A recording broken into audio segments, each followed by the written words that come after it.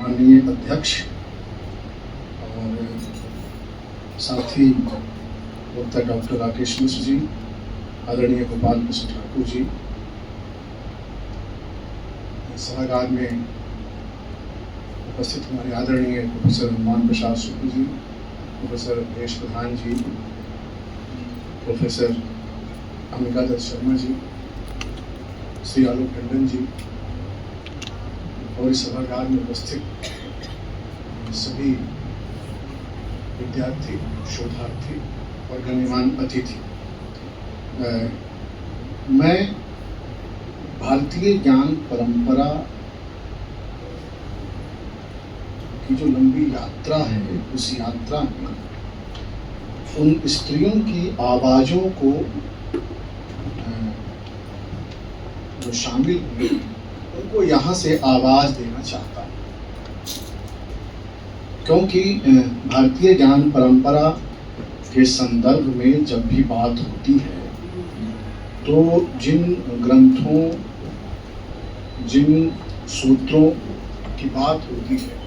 उसके रचयिता कई बार पुरुष ऋषि और मुनि होते हैं। मैं उन स्त्रियों के संदर्भ से कहना चाहता हूँ कि स्थित हुई तो उनके सामने एक बड़ा कठोर पितृसत्तात्मक समाज था, जिससे भिड़कर, जिसके साथ संघर्ष कर वे आगे बढ़ी और अपनी आवाज को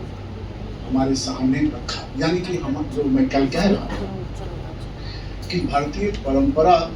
की जितनी भी दिशाएं, उन दिशाओं में से एक महत्वपूर्ण दिशा उन स्त्रियों की है जो अपनी उपस्थिति समय समय पर दर्ज करती रही है। आप में से बहुत सारे लोग होंगे जो उन स्त्रियों को जानते हैं। मैं यहाँ पर सिर्फ कन्नड़ की संत स्त्री अक्क महादेवी और मराठी की संत स्त्री कन्होपात, ये दो स्त्रियों के माध्यम से ये बात कहना चाहता हूँ कि, और यह भी कहना चाहता हूँ कि 21वीं सदी के इस तीसरे दशक में अगर मैं इन दो स्त्रियों को लेकर के आपके सामने आया हुआ हूँ तो उसके पीछे का एक वृहत परिप्रेक्ष्य है, और वह परिप्रेक्ष्य है जो मैंने कुछ स्लाइड में बिंदुवार रखे हैं और लिखित पर्चा मेरे पास है, तो मैं इसे बिंदुवार आपके सामने रखूंगा उसे कि भारतीय चिंतन धारा में पुरुष सत्ता के भीतर स्त्री संतों की एक स्वतंत्र आवाज थी,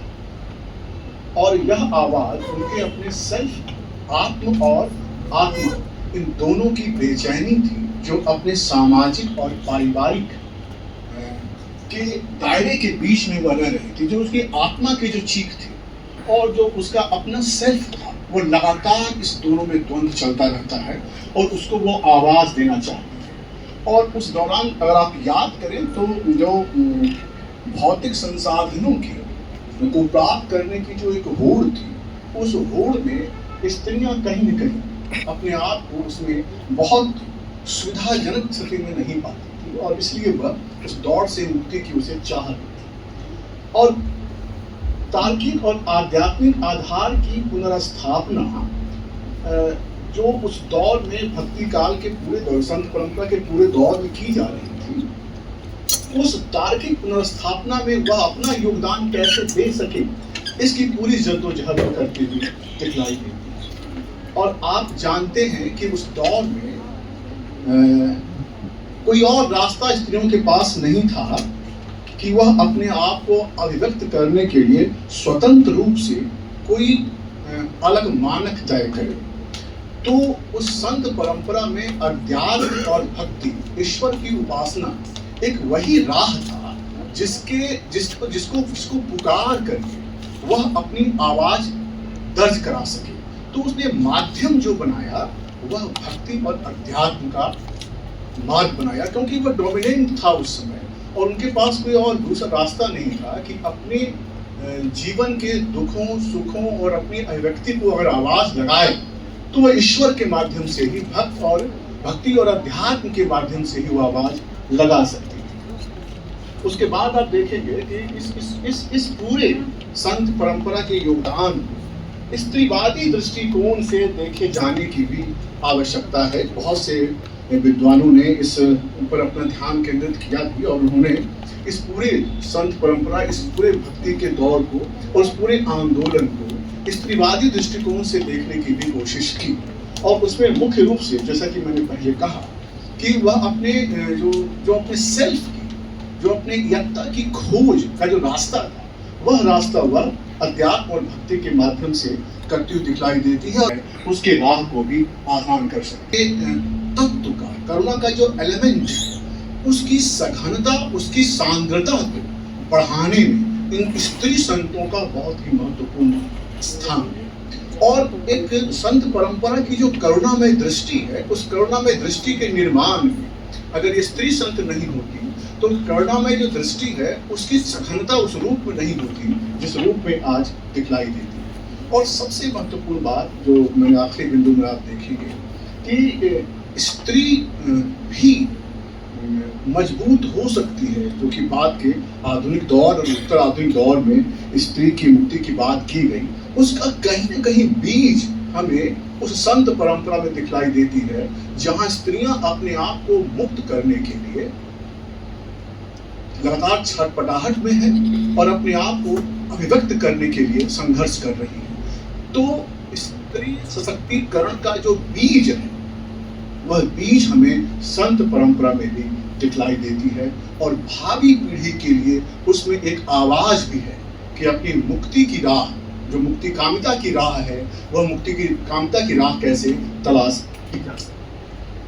एक बिंदु इसमें आप देख रहे होंगे कि पितृसत्तात्मक घेरे से बाहर निकलने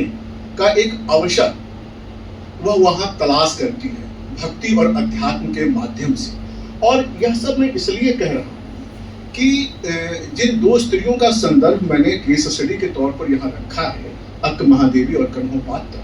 यह दोनों पितृसत्तात्मक घेरे को, आगे के स्लाइड में जब आप जाएंगे तो देखेंगे कि पितृसत्तात्मक घेरे को कैसे तोड़ती हुई बाहर निकलती है और बाहर निकल के वह अपनी सुदीर्घ यात्रा पर निकलती है। मेरा मानना है कि स्त्रियों के लिए जो आध्यात्मिक यात्राएं हैं वह खुला आकाश देती है। यात्राएं हमेशा स्त्री को आजाद करती है, यात्राएं हमेशा उसके जीवन को एक ऐसा आकार देती है और उसको एक विघटन परिप्रेक्ष्य से सामना कराती है। वह जो यात्राएं हैं, यह यात्राएं स्त्री को स्वयं को परखने, स्वयं को देखने और स्वयं के लिए अवकाश निर्मित करने का एक अवसर प्रदान करती है। इसलिए यात्राएं स्त्री के जीवन का सबसे बड़ा हासिल है। दोनों स्त्री, जो संत स्त्रियां जिसका मैं जिक्र कर रहा हूं, दोनों ने अपने लिए एक आध्यात्मिक यात्रा की राह चुनी और उस आध्यात्मिक यात्रा में पुरुष सत्ता समय समय पर अपने तय कई तरह के हस्तक्षेप करते रहे। आइए कीजिए और आप देखेंगे कि उसमें एक खास तरह की जो भक्ति का स्त्री विन्यास है, उस स्त्री विन्यास में आत्मिक जागरूकता का संचार हुआ, मानवता की रक्षा हेतु रचनात्मक आवाज वो लगा सकी और देखते हैं वह उनके माध्यम से मिला। प्रेम और समर्पण का एक रूपबंध उसमें तैयार होता हुआ दिखलाई देता है। नेक्स्ट, सामाजिक सुधार के तौर पर आप देखेंगे कि संत स्त्रियों के प्रभाव से सामाजिक सुधार का एक व्यापक परिक्षेत्र उसमें निर्मित हुआ, जिसमें समाज, राजनीति और पारिवारिक रिश्तों में सुधार हुए, क्योंकि इन स्त्रियों ने जो आवाज लगाई अपने वचनों में, अपने अभंग में, कन्होपात्रा अभंग लिखती थी और अक्क महादेवी के वचन में मिलते हैं, उन सभी में जीवन जीने के तरीके को पुनर्भाषित करने का उसमें जो विन्यास दिखाई देता है। आंतरिक शक्ति और विचारों की स्पष्टता, स्त्रियां, ये संत स्त्रियां अपने आप को, अपनी इस आंतरिक शक्ति की पहचान वह उन यात्राओं में और अपनी रचनाओं में करती हुई दिखलाई देती है। और उसमें अपने आप को जब वो लिख रही होती हैं तो उनकी जो अपनी विचार, अपने समाज के भीतर रहते हुए जो विचार है, उसको अभिव्यक्त करने का कोई भी माध्यम उनके पास नहीं था, तो अपने पदों और अभंगों में अपने विचार को स्पष्ट तरीके से वह प्रस्तुत कर सकती थी और गांव और घरों तक उसकी आवाज उन स्त्रियों के माध्यम से, स्त्री संतों के माध्यम से फैलती हुई दिखलाई देती है। जातिगत बाधाओं का खंडन भी वो करती है और कई तरह के, और मैं ये कह रहा हूँ कि संत स्त्रियों के सामने जो सबसे बड़ी चुनौती थी वह थी उसके सामने लैंगिक बाधा। वो उसको तोड़ती, और यह जो यौनिकता है, इस यौनिकता के हवाले से उस पर कई तरह के हमले होते हैं। वह उन हमलों को, उन अपमान को और उन लांछनों को जो उन पर लगाया जाता है उसके प्रति वे उदासीन है। उदासीन इसलिए है क्योंकि वह अपने ऊपर लगाए गए अपमानजनक आरोपों को, लांछनों को वह बहुत संबोधित नहीं करती है, क्योंकि उसे लगता है कि अगर इन चीजों को मैं संबोधित करूंगी तो हमारा बहुत सारा जो समय है वो इसमें जाया होगा। तो वह उसके प्रति बिल्कुल उदासीन होती है। उस पर यौनिक हमले जितने भी किए गए उस पर बहुत ही वह उदासीन रहती है, और इस तरह से स्त्री के अनुभवों, उसकी चिंतनशीलता का एक सृजनात्मक पक्ष दिखलाई देता है। वह प्रतिकार नहीं करती है कि उसके ऊपर जो यौन हमले होते हैं उसके प्रति वो रिस्पॉन्स नहीं करती, उसे बिल्कुल वो छोड़ देती है, एक तरह से नेग्लेक्ट कर देती है और अपनी नई राह चुनती है। इस तरह से आप देखेंगे कि स्त्रियों के प्रभाव से न केवल सामाजिक सुधार बल्कि जातिगत जो भेद था उसको भी तोड़ती है और लैंगिक बाधाओं को भी पार करके आगे निकलती है,